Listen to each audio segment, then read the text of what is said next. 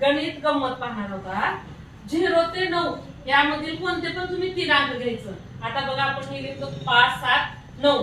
आता याच्यात काय करायचं, मोठ्यात मोठी संख्या काय करायचं, मोठ्यात मोठी संख्या कोणती 975।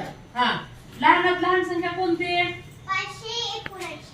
579। आता ह्याची काय करायचं, वजाबाकी करायचं। काय करायचं, वजाबाकी। किती आले रे वजाबाकी, 396। किती आली वजाबाकी 396। आता बघा इथं एकक आणि शतक ह्या संख्येची अदलाबदल करायचं आणि त्या संख्येची काय करायचं, बेरीज करायचं। आता इथं बघा एककचं 6, हे 9 ला 9 ठेवायचं, हे 3 ठेवायचं।